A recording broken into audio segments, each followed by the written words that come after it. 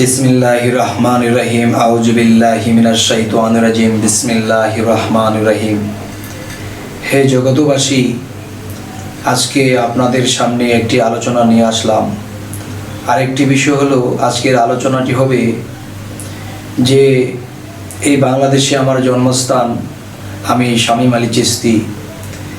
যখন আমি এদেশের সন্তান, এদেশের মাটিতে যখন হাঁটি চলি ফিরি, যদি কোথাও চলি হাঁটি বা কারো সাথে দেখা হয়, বা দেখা গেছে যে যারা মাওলানা পড়ালেখা করেছে, যারা হাফেজ কারি, তারা এমন কথা জিজ্ঞাসা করে যে আপনি আলোচনা করেন বা আপনার শিক্ষাগত যোগ্যতা কতটুকু, বা আপনার এই যে পথে আছেন এই পথে আপনি মানুষদেরকে বুঝাইতেছেন, মানুষকে ইসলামের পথে ডাকেন, আপনি কি নিজে তেমন কিছু বোঝেন, আপনি কোন পর্যন্ত পড়ালেখা করেছেন, কোন মাদ্রাসায় পড়েছেন, আপনার সার্টিফিকেট কি। তখন এমন কথা যখন বলতে শুরু করলো, তখন আমি বলবো যে তাদেরকে জবাব দিতে আমার বেশি কথা দরকার হয়নি। আমি মাত্র 3টি কথা বলেছি। 3টি কথা কিরকম, যে আমি বলেছি যে অবশ্যই আপনি কোনো মাদ্রাসায় পড়েছেন এবং আপনার মাওলানার সার্টিফিকেট আছে। হ্যাঁ, অবশ্যই আছে। তখন আমি বললাম যে আপনি মাওলানা হয়েছেন, একটি মাদ্রাসায় পড়েছেন, এরপর আরও একজন মাওলানা বা আরও একজন মুফতি তিনি আপনাকে এই সার্টিফিকেটটা দিয়েছেন। কারণ প্রত্যেকটা স্কুল কলেজ এবং প্রত্যেকটা মাদ্রাসায় প্রিন্সিপাল থাকে বা বড় হেডমাস্টার থাকে। তারা দেখা গেছে যে ছাত্রদের পড়ালেখা অনুসারে তাদের নাম্বার দিয়ে থাকে। তবে আমি বলবো যে মাওলানা শব্দের অর্থ কি। মাওলানা শব্দের অর্থ জানলেওয়ালা। জানলেওয়ালা কি, যে আল্লাহর ভেদ রহস্য, সৃষ্টির ভেদ রহস্য এবং সামাজিক বিভিন্ন সাইড তারা জানে, শিক্ষা নিয়েছে, তাই তারা জানলেওয়ালা। আচ্ছা, মাওলানা শব্দের অর্থ যদি জানলেওয়ালা হয়ে থাকে আর এটার সার্টিফিকেট আপনারা মাদ্রাসায় লেখাপড়া করে পেয়েছেন, তো এখন আমাকে জিজ্ঞাসা করা হইতেছে আপনার শিক্ষাগত যোগ্যতা কি। আপনি পীর হয়েছেন, আপনার কাছে মানুষ বায়াত হয়, আপনার শিক্ষাগত যোগ্যতা কি। তখন আমি বলবো যে বাবারে, আমি অত বেশি কথা বলতে পারবো না, তবে 2টো কথা বলি। সেটি হলো, প্রথমত যে আল্লাহুম্মা সাল্লি আলা সাইয়্যিদিনা মাওলানা মুহাম্মদ, হযরত মুহাম্মদ সাল্লাল্লাহু আলাইহি ওয়াসাল্লাম মাওলানা। তাহলে আমি বলবো হযরত মুহাম্মদ সাল্লাল্লাহু আলাইহি ওয়াসাল্লাম তিনিও তো মাওলানা, যা আমরা দুরূদ পাঠ করার সময় এটা বলতে হয় যে আল্লাহুম্মা সাল্লি আলা সাইয়্যিদিনা মাওলানা মুহাম্মদ, হযরত মুহাম্মদ সাল্লাল্লাহু আলাইহি ওয়াসাল্লাম তিনিও মাওলানা।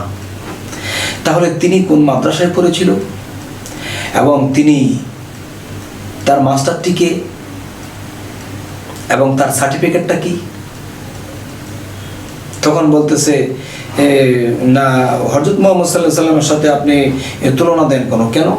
মাওলানা শব্দটা তো মুহাম্মদ সাল্লাল্লাহু আলাইহি ওয়াসাল্লাম থেকে এসেছে। তাহলে আপনাদের সার্টিফিকেট আছে, আপনারা কোন মাদ্রাসায় পড়েছেন সেই চিহ্নটা আমাকে দেখাতে পারবেন। কিন্তু হযরত মুহাম্মদ সাল্লাল্লাহু আলাইহি ওয়াসাল্লাম তিনিও মাওলানা, তিনি তো দেখা গেছে যে তার সার্টিফিকেট সে কি দেখাতে পারবে? তার মানে সে কোনো মাদ্রাসায় পড়েননি।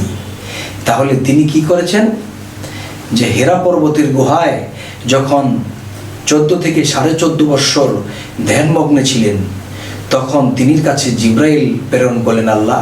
তখন সেই জিব্রাইলের মাধ্যমে যা কিছু জানার, দেখার, শিক্ষা দেওয়ার সমস্ত কিছু হয়েছে।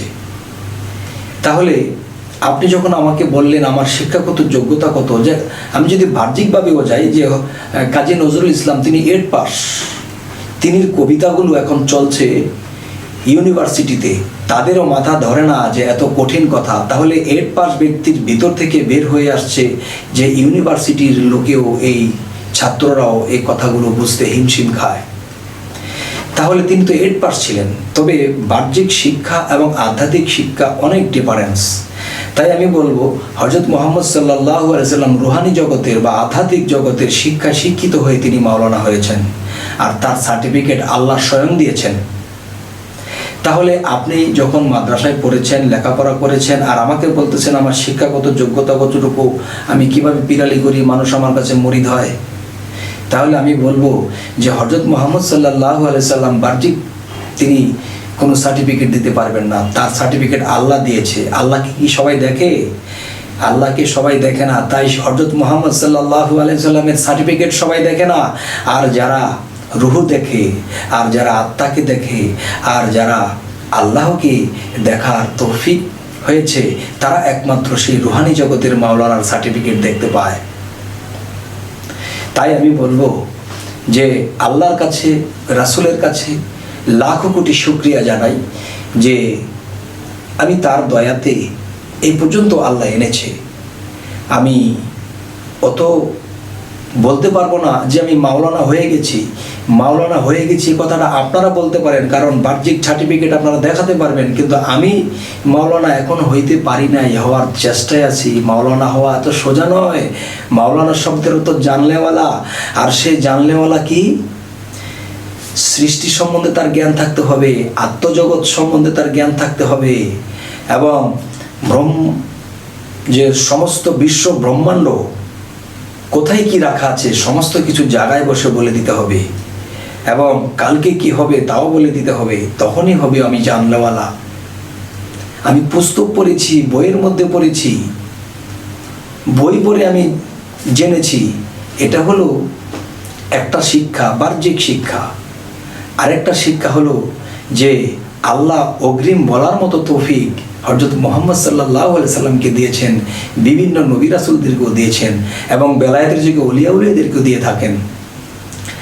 তাই আমি আজ এই কথাটি বলতে চাইতেছি এ কারণেই যে আজ আমি চলার পথে কিছু মানুষ, কোনো মাদ্রাসার ছাত্র বা কোনো মাওলানা সাহেব আমাকে এ ধরনের প্রশ্ন করলেন যে দেখুন, আমি বাহ্যিক শিক্ষা অতটা নেই, কিন্তু বাহ্যিক শিক্ষা যারা অর্জন করেছে, যে MA ডিগ্রি, লন্ডন PhD যারা নিয়েছে, তারা বাড়ি গাড়ি করার জন্য পাগল হয়ে গেছে।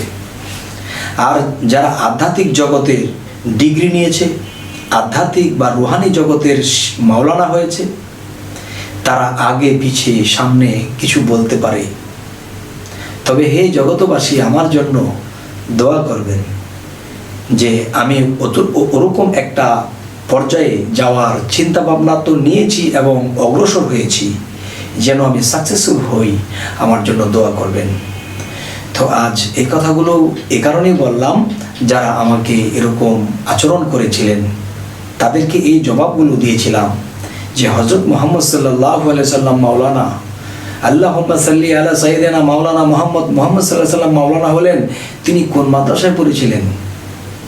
যদি মাদ্রাসায় না পড়ে তিনি মাওলানা হতে পারেন, তাহলে এই শামীম আলী চিশতি চেষ্টা করতেছে, কেন পারবে না? তাহলে একটা হয়েছে বাহ্যিক জগতের মাওলানা সাহেব, আরেকটি হলো রুহানি জগৎ কিংবা আত্মজগতের মাওলানা সাহেব।